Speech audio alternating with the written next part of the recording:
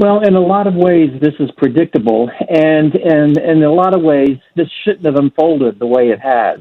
There's been no change in U.S. policy towards Taiwan, and the Chinese know that. I know there's been a lot of quiet communication between Washington and Beijing trying to tell the Chinese not to read into this visit anything more than it really is. Pelosi, she's the Speaker of the House. She's third in line for the presidency if something were to happen. And she's an equal branch of the government. And so she's going to go, she's going to go. But this type of thing could have been done more quietly. And I think the White House could have been a bit more clear about what this was and what this was not. And so this response by China, as I said, is predictable. It is certainly bigger than we've seen. And I think involving Japan the way it has is a wrinkle that should be certainly concerns Japan, and is going to be something that the people who handle Asia are going to have to be worried about. It's another kind of an escalation in its own dealing with Japan. But I think for all of us, Hannah, I don't think we should worry about this. I think we just need to know that to expect this kind of thing when Taiwan is brought into the picture by the U.S. It's really interesting what you said. You think it could have been done more quietly, but also you said it could have been better communicated what was happening, why they were there. So do you sort of cast doubt on the way this was carried out? Should it have been done differently? Should she have gone at all? Well, frankly, no, she shouldn't have gone. But I think if she wanted to, there's nothing that the executive branch is going to be able to do to say no to her. And once it became public, then she had to go through with the trip. Once the Chinese began to push back, she has a right to go to Taiwan. This is not something that international law or an agreement with China. There's no kind of thing that forbids her to go. But I think certainly she was grabbing onto a hornet's nest and giving it a good shake. Because once these things become public, you have this kind of ratcheting up of manhood tests, if you will, and you can't back down. And so you end up with this kind of tension where it didn't have to be this way. She could have gone in there quietly. If this was truly to learn more about Taiwan, to demonstrate to Taiwan that she and the legislative branch of the government back Taiwan, she could have done that in a more quiet way. But instead, it was leaked, and the administration began threw the Pentagon under the bus by saying, "Well, the military don't really like you going." It just became something that was silly and a bit of a Washington power play. That once it became public and the Chinese began their pushback, you had this kind of escalation, and it just didn't have to be that way. It's really interesting. What is generally the strategy of China's military drills surrounding Taiwan? Is what's going on sort of relatively normal or to be expected this time of year anyway?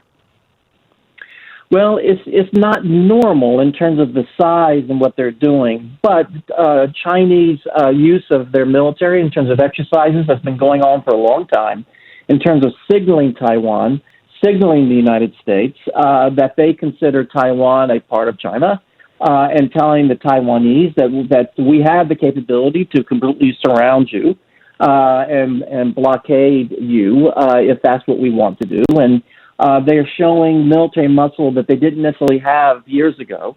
And so it's really showing that, as the Chinese said, if you're going to play with fire, you're going to get burned. And they're trying to signal that by the use of these military forces. But firing the ballistic missiles into the Japanese economic zone, that was something over and above a standard, tactic towards Taiwan. This was telling the Japanese, don't you get involved in this either. We can reach out and touch you as well. And that's something that is not going to cow the Japanese. I think, if anything, it's going to have the Japanese put more money into defense, draw them even tighter to the U.S. And so I think that was uncalled for in front of the Chinese. Well, the whole thing was uncalled for, but I think that particularly the Japanese aspect of it was over and above what should have been the case. I mean, it has been said that China is too weak to invade Taiwan successfully. So, it would give credence to what you're saying about the fact that we shouldn't worry too much, that nothing, particularly dramatic should happen. What are your assessments on that take? Well, I think as time goes on, China will get stronger and stronger.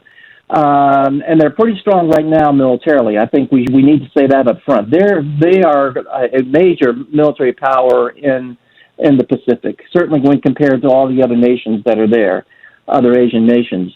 If they wanted to take China, if China wanted to take Taiwan, I think they could do it. I think that it would be more difficult today than it would be 4 or 5 years from now.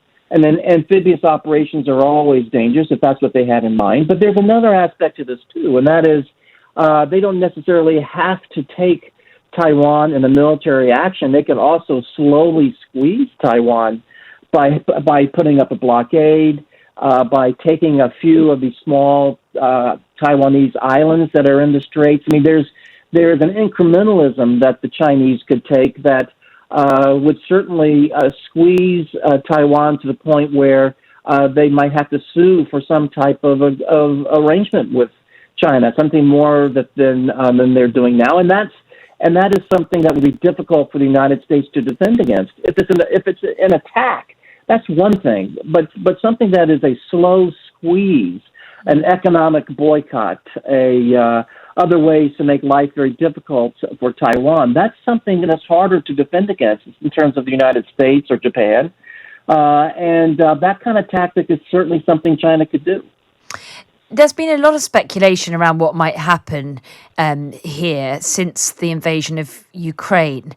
Do you think that, as well as the Nancy Pelosi visit, China had in mind to use that invasion as some sort of framework for Taiwan and their intentions?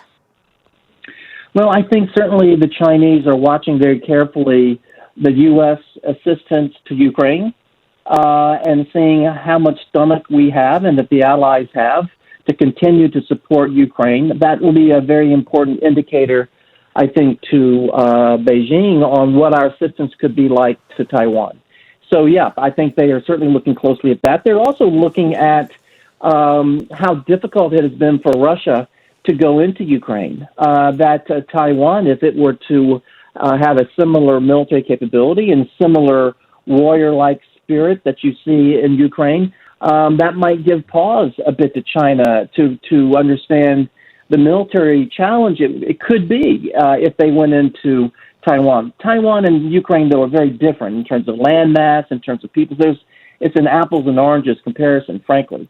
But still, I think this is something that Beijing is looking at and thinking about in terms of Taiwan, and we'll see how that might shape Chinese policy into the future. But what we do know is the Chinese and the president of China, if you will, is quite focused on bringing Taiwan into the fold at some point. He's making the military investments so that he can keep the U.S. at bay. And so that as a goal for Xi is something that it will remain no matter what happens in Ukraine and with Russia. Just finally, it's a bit unfair to ask anyone for predictions when these situations are very unpredictable. But what do you think we should expect in the coming days, or even months, weeks? Vis-a-vis Taiwan? Yes, and what will happen now? Yeah. Well, I think in terms of the next few days, we're going to see the Chinese exercises play out. The ballistic missiles into the Japanese economic zone was a surprise. We might see another. What we don't want to see is an accident or a misunderstanding happen. That's what, if we have to be worried about anything, we don't want to see a Taiwanese Air Force plane shot down or a Chinese plane shot down that might stray into an air defense zone. I think when these kinds of exercises happen in such high tension, mistakes can have dramatic consequences, and that's what we have to be more concerned about. But we only have a few more days left of this demonstration by the Chinese of their unhappiness and of their capabilities, and we're just going to have to let that play out, and then I think things will. The tension will subside. We're just going to have to wait for these next few days and then see where we are as the weeks and the months go by, as we try to bring relations to a more normal situation.